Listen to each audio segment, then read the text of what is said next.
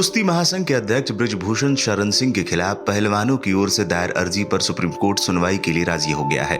अदालत ने शुक्रवार को इस अर्जी पर सुनवाई का फैसला लिया है। इसके साथ ही कोर्ट ने मामले को गंभीर बताते हुए दिल्ली पुलिस को नोटिस जारी कर जवाब मांगा है कि आखिर पहलवानों की शिकायत पर एफआईआर दर्ज क्यों नहीं की गई। अदालत ने कहा, पेशेवर अंतर्राष्ट्रीय खिलाड़ियों ने जो आरोप लगाए हैं वो बेहद गंभीर हैं। भारत का प्रतिनिधित्व करने वाले खिलाड़ियों ने यौन उत्पीड़न के आरोप लगाए हैं। अदालत ने कहा, हम आर्टिकल 32 के तहत मूल अधिकारों के संरक्षण के लिए तत्पर हैं।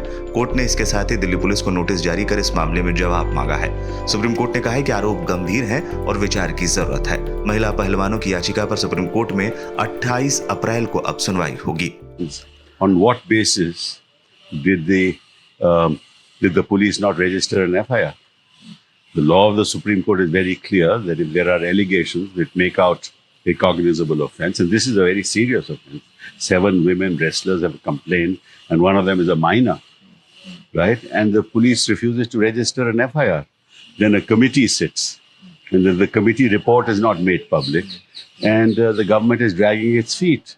And I request the sports minister to listen to his conscience and take action before it is too late.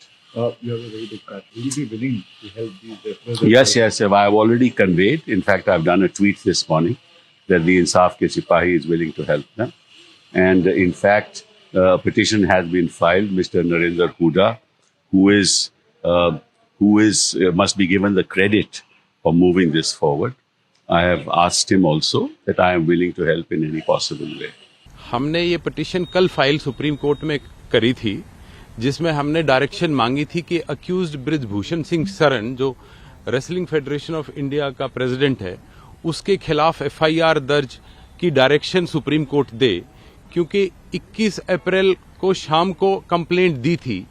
जो सारे ये ओलंपियन मेडलिस्ट हैं, एशियन चैंपियनशिप में जिनके गोल्ड मेडल्स आए हैं, कॉमनवेल्थ में जिसके गोल्ड मेडल आए हैं, वो सारी लड़कियां सामने आई हैं ये कहते हुए कि हमारे जो ये अक्यूज्ड है, इसने हमें सेक्सुअली हेरेस किया है, मॉलेस्ट किया है, एक्सप्लॉइट किया है। इतने सीरियस एलिगेशंस के बावजूद भी दिल्ली पुलिस इस केस में एफआईआर दर्ज नहीं कर रही थी। इसलिए ये सब रेसलर्स को सुप्रीम कोर्ट का दरवाजा खटखटाना पड़ा और आज कोर्ट ने आज कंप्लेंट्स पढ़ी सील्ड कवर खोल के, और पढ़ के उनको लगा कि मामला सीरियस है, इसलिए उन्होंने दिल्ली सरकार को, दिल्ली पुलिस को नोटिस किया है और इस फ्राइडे को तक उनका जवाब मांगा है। बता दें, सोमवार को प्रदर्शनकारी पहलवानों ने धमकी दी थी कि अगर भारतीय कुश्ती महासंघ के अध्यक्ष बृजभूषण शरण सिंह के खिलाफ प्राथमिकी दर्ज नहीं की गई तो वो उच्चतम न्यायालय की शरण में जाएंगे। बृजभूषण शरण सिंह पर एक नाबालिग समेत कई महिला पहलवानों ने यौन उत्पीड़न के आरोप लगाए हैं। वहीं बृजभूषण शरण सिंह लगातार इन आरोपों को खारिज करते रहे हैं।